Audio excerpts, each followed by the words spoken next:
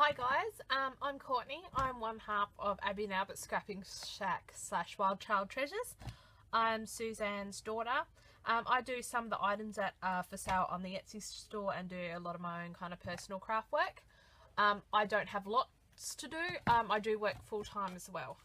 However, today I am going to show you a tutorial, just a quick one, on how I make my journals. Usually I do hidden sewing, and so they kind of still turn into a book. This one I'm making at the moment is going to be more of a demon hunter / witch kind of book, with all different demons, how to hunt them, etc. So this one here is just an old book that I have picked up from the op shop, so a lot like this one. What I have done is I have gutted it, so that means I've taken out all the pages and just left the front and back. Then what I normally do is straighten it out like this, and I reinforce the spine. Now generally what I reinforce the spine is I've bought some chipboard off eBay, and so it's a little bit thicker, and I generally cut that down and glue that in, usually with Aleene's Tarzan grip, anything to kind of stick it in there, and then weight it down so it does bond strongly. The texture I got on this one, I don't know if you can see too well, it's like a kind of worn texture there. I do have my light on. So that one there is, I have got napkins, 2-ply napkins, and I have ripped them all up into pieces, and then with a combination of my Mod Podge, also my gel medium. I usually use gloss or matte. I'm running pretty low on my matte, but with a combination of all of those, I layer and stick them all, and so you get that desired kind of rough effect, and then I paint it over with black gesso. So that's basically what I do to the inside and out on this one. And this one I'm going to be using as a hidden spine. So there's two ways that I can do it. I can use signatures. Ones I have made in the past, I have used these. So these are from the Tim Holtz range, the ring binders. How I've used that to keep it hidden is I have measured it out into here and punched holes through it. So obviously they come out here, and these are attached via split pins. Oh, if I can pick one up. So these are attached by little split pins. They go through here, and then I get my napkins, rip up tiny pieces and stick back over the split pins here. Let that dry and go back over that with the black gesso. So that's one way I'll hide it if I did want to use this one. Another way I do it is if I am sewing my signatures in. I have already reinforced my spine, so this is all sturdy and not going anywhere.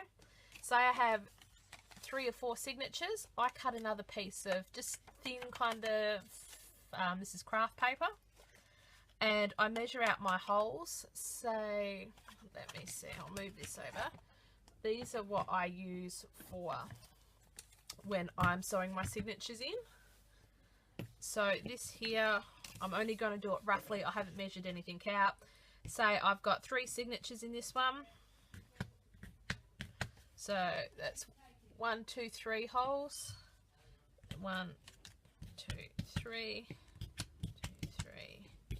So say there's 3 signatures in this one, with like the 4 holes through it. So I will sew the signature, the 1 into this part, sew signature 2 into that, and signature 3 into this part, and then I would stick that in here. See, it's all very rough, and obviously this part here would be painted black. Therefore, when you close your book, you're not going to see anything except for your actual signatures in here. That is one way that I do my books. Another way is like this smaller one here that I've made. So this one here, this one I've made a while ago. I just haven't put any signatures in. So this isn't an old book. I have made this with chipboard, like the chipboard, wherever it may be. Yeah, so this is made out of this, just cut down. You can buy various sizes on eBay. You just need to search for chipboard sheets. So this one is made of that. So basically front and back cover chipboard. I have a spine here, which I have made out of chipboard. Now to put these two together, I have used, I'll pop it up here. This is all scrapbooking paper. So I've scored it, glued my spine to it, and then glued the front flap to the back flap. And so that's how I've made that one. So it's a bit of a smaller book. It's easier to do it that way if you want to make like an oblong shaped book, or a smaller shaped book that you can't find like the right book size in a op shop. That one there is obviously a bit too small for the actual ring clip. So that one there I would sew signatures into using that hidden binding system. Now I'm not quite ready to sew an actual signature in yet. I'm still compiling all my pieces. But I can just do a quick speed up of how I gut my book and how I prepare it to start doing it. So I'll show that next for you and just speed it up so it's not as boring.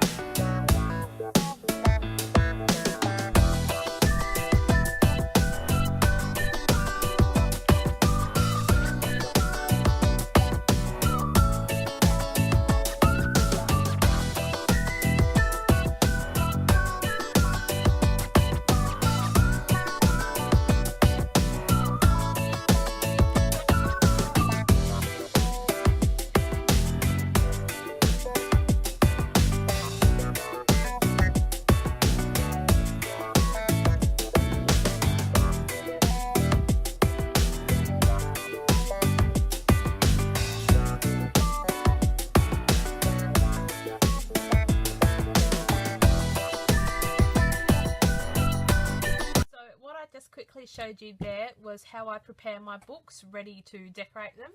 So after that, what you can do is, like I said, I decorate a lot of mine with napkins, then painting over them. You can also use material, scrapbook paper, any kind of medium collage that you want to. Basically the sky is the limit.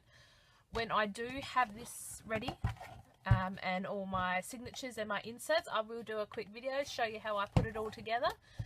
This one will be eventually for sale on the Etsy store. As I said, it's a demon hunter kind of scary mythical creature book with a lot of blood splatters, as I normally do. So this will eventually be on the Etsy store. So when I am ready to put it together, I will do a quick video and do a run through with you. So I hope that kind of helped you guys a little. If you're still not quite sure what to do, just drop a thing down the bottom, comment, or message my mum and she'll be able to help. Alright, thanks guys, bye.